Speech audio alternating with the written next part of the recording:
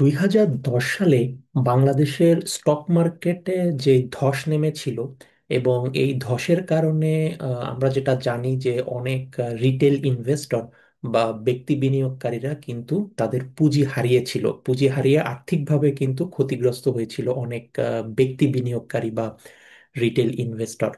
তো যেটা হয়েছিল যে 2010 সালে ঢাকা স্টক এক্সচেঞ্জে more than 83% stock price search করেছিল, এবং যার কারণে এটা তখন একটা ওভার ভ্যালুড এবং স্পেকুলেটিভ একটা স্টক মার্কেটে পরিণত হয়েছিল মানুষের কাছে।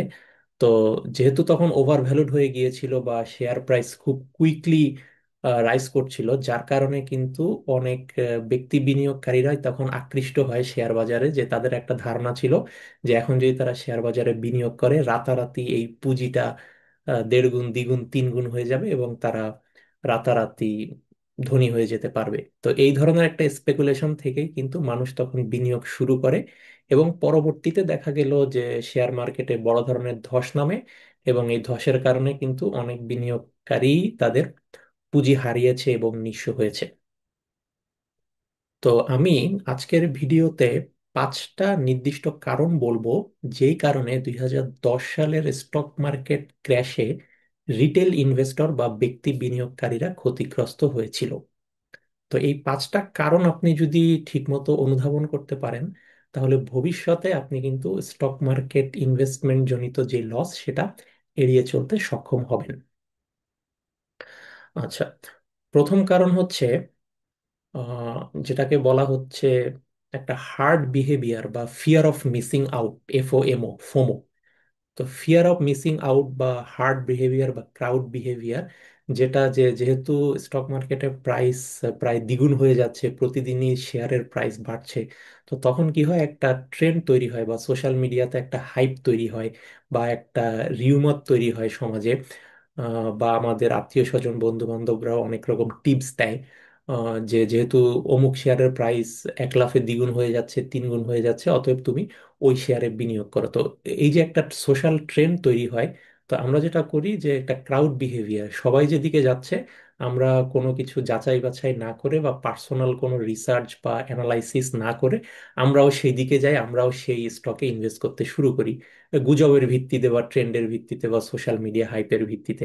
এবং অধিকাংশ ক্ষেত্রেই যেটা হয় যে এই ধরনের গুজব যখন ছড়ানো হয় একটা স্টকের এগেনস্টে যে দ্বিগুণ হচ্ছে তিন গুণ হচ্ছে, হচ্ছে বটে, কিন্তু এটা কিন্তু আসলে এই নয় যে ওই কোম্পানির ফান্ডামেন্টাল ভ্যালু বা পিই রেশিও রাতারাতি দ্বিগুণ তিনগুণ হয়ে যাচ্ছে। বিষয়টা কিন্তু এরকম না। এটা হচ্ছে কিছু জাঙ্ক স্টক থাকে বা যেটাকে পেনি স্টক বলে, এগুলোকে আর্টিফিশিয়ালি ইনফ্লেট করা হয় থ্রো ইন্টারনাল ম্যানিপুলেশন বা ইনসাইডার ট্রেডিং বা সার্কুলার ট্রেডিং ইত্যাদি ইত্যাদি বিভিন্ন ধরনের ম্যানিপুলেশনের মাধ্যমে আর্টিফিশিয়ালি ওই শেয়ারের প্রাইসটা বাড়িয়ে দেওয়া হয়। যারা কারসাজিকারক তারা এই ইনসাইডার ট্রেডিং বা সার্কুলার ট্রেডিং এর মাধ্যমে আর্টিফিশিয়ালি বাড়িয়ে দেয় ওই শেয়ারের প্রাইস।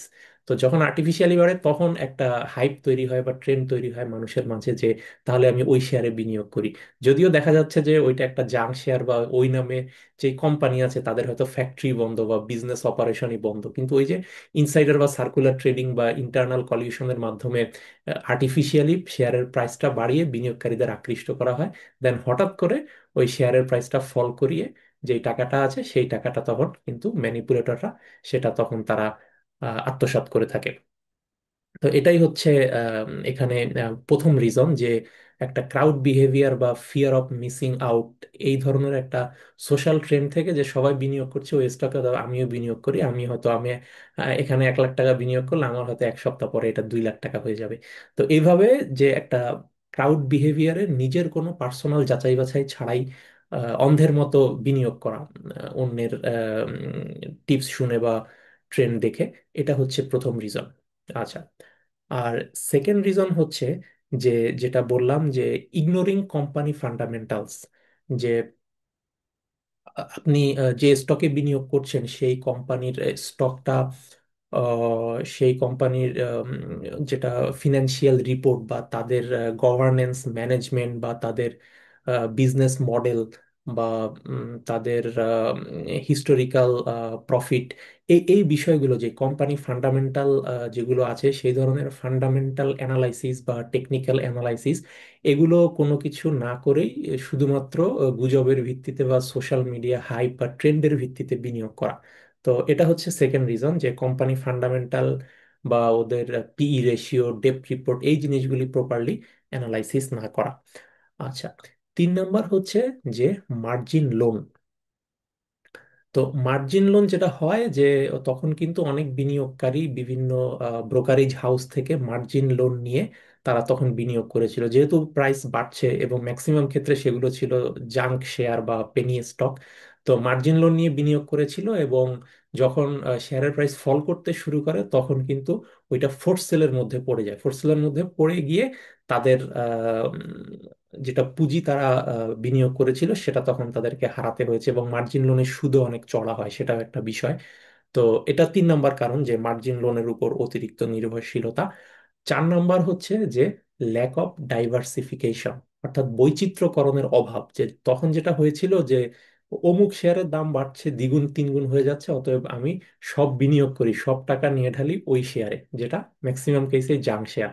তো ওই জাঙ্ক শেয়ারে আমি বিনিয়োগ করলাম, এবং হঠাৎ করে, যেহেতু এটা আর্টিফিশিয়ালি ওটার প্রাইস বাড়ানো হয়, হঠাৎ করে কিন্তু আর্টিফিশিয়ালি ওটার প্রাইস কমিয়েও ফেলা হয়। তো এভাবেই কিন্তু ম্যানিপুলেশনটা হয়, বা সাধারণ বিনিয়োগকারীরা কিন্তু এভাবেই নিঃস্ব হয়। আর কারসাজিকারকরা এভাবেই তাদের সাধারণ বিনিয়োগকারীর টাকাটা আত্মসাৎ করে নিয়ে যায়। তো এই জন্য যেটা বললাম যে ল্যাক অফ ডাইভার্সিফিকেশনে, যে স্পেসিফিক কিছু জাঙ্ক শেয়ারে সিম্পলি সোশ্যাল মিডিয়া হাইপ বা ক্রাউড বিহেভিয়ারের দ্বারা বশবর্তী হয়ে তারা বিনিয়োগ করে। কোম্পানি ফান্ডামেন্টাল বা ডাইভার্সিফিকেশন, অন্য কোনো কোম্পানি বা অন্য কোনো সেক্টরের যেটা বৈচিত্র্যময় করে রাখা, এই জিনিসগুলো তখন তারা করেনি। আচ্ছা, আর ফিফথ এবং লাস্ট কারণ হচ্ছে যে ইমোশনাল ইনভেস্টমেন্ট। তো ইমোশনাল ইনভেস্টমেন্ট বা প্যানিক সেল, এই জিনিসগুলো হচ্ছে যে যেটা তখন হয়েছিল যে শেয়ারের প্রাইস বাড়ছে, তাড়াতাড়ি আমি গিয়ে ওই শেয়ারে বিনিয়োগ করি, শেয়ারের প্রাইস কমছে, আমি তাড়াতাড়ি ওইখান থেকে পুঁজিটা উঠিয়ে ফেলি। কিন্তু হওয়া উচিত উল্টা, শেয়ারের প্রাইস যখন কমবে আমি তখন কিনবো, যখন বাড়বে তখন আমি সেল করবো, কিন্তু বিষয়টা তখন উল্টো হয়েছিল। তো এই হচ্ছে আমাদের 5টা রিজন। যে প্রথম কথা হচ্ছে যে ফিয়ার অফ মিসিং আউট বা ক্রাউড বিহেভিয়ার, সবাই যেটা করছে আমি অন্ধের মতো তাদের পেছনে দৌড়াতে থাকি। দ্বিতীয় কথা হচ্ছে যে কোম্পানি ফান্ডামেন্টাল ঠিক মতো অ্যানালাইসিস না করে অন্ধের মতো জাঙ্ক স্টকে বিনিয়োগ করা। তৃতীয় হচ্ছে যে মার্জিন লোন নিয়ে বিনিয়োগ করা, যেটা তখন ফোর্স সেলের মধ্যে পড়ে গিয়েছিল।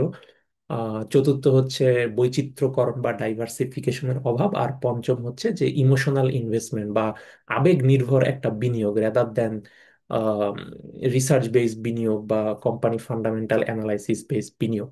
তো তাহলে আমি যদি এখন এক কথায় জিনিসটা শেষ করি, যে 2010 সালের রিটেল ইনভেস্টরদের পুঁজি হারানোর কারণ কি ছিল? কারণ এক কথায় বলতে গেলে এটা হচ্ছে যে জিনিসটা ছিল ইমোশনাল ইনভেস্টমেন্ট এবং শর্ট টার্ম মাইন্ডসেট। ঠিক আছে, যে সোশ্যাল মিডিয়া হাইপ হোক বা ক্রাউড বিহেভিয়ার, যে কারণেই হোক, ওই ট্রেন্ডের মধ্যে পড়ে অন্ধের মতো আবেগের বশবর্তী হয়ে ইনভেস্ট করা, এবং শর্ট টার্ম থিঙ্কিং, এটা হচ্ছে মোস্ট ডেঞ্জারাস এলিমেন্ট। যে তাদের টার্গেটে ছিল যে শেয়ার বাজারে বিনিয়োগ করে রাতারাতি খুব দ্রুত ওই টাকা আমার দিনগুণ দ্বিগুণ তিনগুণ হয়ে যাবে, আমি বড়লোক হয়ে যাব। এটা হচ্ছে মূল কারণ, যে emotional investment due to short term thinking. তো এটা রিকভার করার জন্য স্মার্ট ইনভেস্টরদের প্রিন্সিপাল হতে হবে যে এটা rational investment and long term mindset. যে ইমোশনাল ইনভেস্টমেন্ট না হয়, আমাকে রেশনাল বা personal research based logical investment করতে হবে। ভালো ভালো কোম্পানি আমাকে বুঝতে হবে, কোন কোম্পানি ভালো কোন কোম্পানি খারাপ, তাদের ফান্ডামেন্টাল অ্যানালাইসিস, টেকনিক্যাল অ্যানালাইসিস, এই জিনিসগুলো করে তাদের বিজনেস মডেল বুঝে ওই কোম্পানির শেয়ারে বিনিয়োগ করতে হবে, এবং অবশ্যই জাঙ্ক শেয়ার বা পেনি স্টকে বিনিয়োগ করা যাবে না। আর আরেকটা ইম্পর্টেন্ট বিষয় হচ্ছে যে লং টার্ম মাইন্ডসেট। আমার মাইন্ডসেটটা থাকতে হবে লং টার্ম। শেয়ার বাজার কিন্তু কখনোই রাতারাতি বড়লোক হওয়ার জায়গা না। তো লং টার্ম মাইন্ডসেট থাকতে হবে যে ভালো কোম্পানির শেয়ারে বিনিয়োগ করব, এটা আমি বছরের পর বছর হোল্ড করব, এবং সেখান থেকে আমি অ্যানুয়াল ডিভিডেন্ড পাবো। এই ধরনের মাইন্ডসেট থাকতে হবে। রাতারাতি বড়লোক হওয়ার মাইন্ডসেট নিয়ে এখানে আসলে সেটা ভুল হবে। রাতারাতি বড়লোক হওয়ার একটা হাইপ তৈরি করে জাঙ্ক স্টক, এবং বিনিয়োগকারীদের আকৃষ্ট করে আর্টিফিশিয়ালি প্রাইস বাড়িয়ে আবার কমিয়ে ফেলা হচ্ছে, বিনিয়োগকারীদের টাকা ওইখানেই শেষ হয়ে যাচ্ছে। তো এই জন্য শেয়ার বাজারে আমাদের আসতে হবে রেশনাল বা পার্সোনাল রিসার্চ বেসড একটা লং টার্ম মাইন্ডসেট নিয়ে, রাতারাতি ধনী হওয়ার জন্য না, এটা ওভার দ্য টার্ম গ্র্যাজুয়ালি আপনার অবশ্যই শেয়ারের প্রাইস যেটা ভালো বা স্ট্রং ফান্ডামেন্টাল কোম্পানি সেটা বাড়তে থাকবে, আপনার অ্যানুয়াল ডিভিডেন্ড পাবেন, এবং আফটার মেবি 5 ইয়ার্স 10 ইয়ার্স যখন ওটা সেল করবেন তখন কিন্তু অবশ্যই আপনি একটা ভালো ক্যাপিটাল গেইন নিয়ে বের হতে পারবেন। কাজে আপনাকে টার্গেট থাকতে হবে ওই 5 ইয়ার্স বা 10 ইয়ার্স, কখনো ওই 5 ডেজ বা 5 উইকস না। শেয়ার বাজারটা কিন্তু ওরকম জুয়া খেলার জায়গা না, বা গ্যাম্বলিং এর জায়গা না, বা বেটিং এর জায়গা না। এটা কিন্তু একটা জায়গা হচ্ছে লং টার্ম ইনভেস্টমেন্ট, পেশেন্স এবং রেশনাল অ্যাপ্রোচের। আশা করি 2010 সালের রিটেল ইনভেস্টরদের পুঁজি হারানোর কারণগুলো বোঝা গেল, এবং সেই কারণ থেকে আপনি কিভাবে দূরে থাকবেন সেই বিষয়টাও আমার আজকের ভিডিওতে ক্লিয়ার হলো। ধন্যবাদ সবাইকে।